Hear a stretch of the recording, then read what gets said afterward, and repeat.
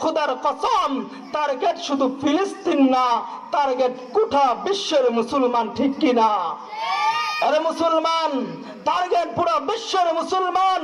কাজেই যদি মুসলমান সতর্ক না হও, যেমন ভাবে ওই ফিলিস্তিন আমার মা বোনদের উপর যেমন ভাবে বোমা নিক্ষেপ করে বিভিন্ন রকমের আক্রমণ করে, সেই আক্রমণ কিন্তু আমাদের উপরও করবে। কথা বলেন ঠিক কিনা?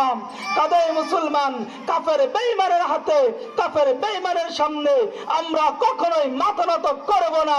আমরা তো সেই আল্লাহ তাআলার গোলাম, যে আল্লাহ তাআলা আমাদেরকে সৃষ্টি করেছেন, যে আল্লাহু আকবার তরিতে কাফের বেঈমান নাস্তিক ওই সমস্ত ইসরায়েলি ইহুদির দালালেরা পালাতে বাধ্য হবে, পালাতে বাধ্য হবে। কথা বলেন ঠিক কিনা? অতএব মুসলমান, আমাদের ঈমানকে মজবুত করতে হবে। আমাদের ঈমানকে যদি মজবুত না করি, ওই সমস্ত নাস্তিকেরা আমাদের ঈমানকে নষ্ট করে ফেলবে, ছোট ছোট বাচ্চাদের ঈমানকে নষ্ট করে ফেলবে। কাজেই মুসলমান, আপনার বাচ্চাকে যদি ঈমানওয়ালা বানাতে চান, আখলাকওয়ালা বানাতে চান, এমন মাদ্রাসার মধ্যে ভর্তি করুন। আজকে আপনার সন্তান, আপনি যদি মারা যান, আপনার জানাজার নামাজ পড়াবে, আপনার জানাজার নামাজ পড়ে আপনার কবরের পাশে যে দুটো হাত তুলে আপনার জন্য দোয়া করবে, আপনার আব্বা আম্মা আপনার জন্য, আপনার আত্মীয় স্বজন সকলের জন্য দোয়া করবে। আর আজকে আপনি ইঞ্জিনিয়ার ব্যারিস্টার বানিয়েছেন, কিন্তু আপনি মৃত্যুবরণ করার পর আপনার সন্তান আপনার জানাজার নামাজ পড়াতে পারে না। হয়তো পাশের ঘরের সন্তান, না হয় মসজিদের ইমাম সাহেব আপনার জানাজার নামাজ পড়ায়।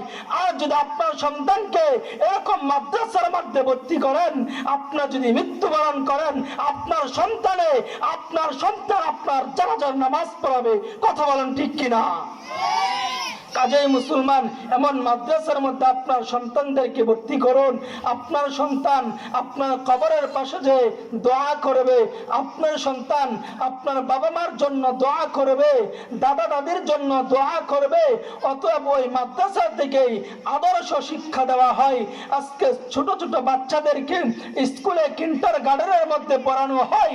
আমি মনে করি পড়ান কোনো সমস্যা নাই, কিন্তু আপনার সন্তান যদি আলিফ বা তা সা পড়ে, ওই কোরআন থেকে যে ওই মাদ্রাসা থেকে যে শিক্ষাটা আপনার সন্তান বুকের মধ্যে লালন পালন করবে, আপনার সন্তান যদি মাদ্রাসার মধ্যে একদিনও যদি পড়ে, ওই সন্তান জীবনে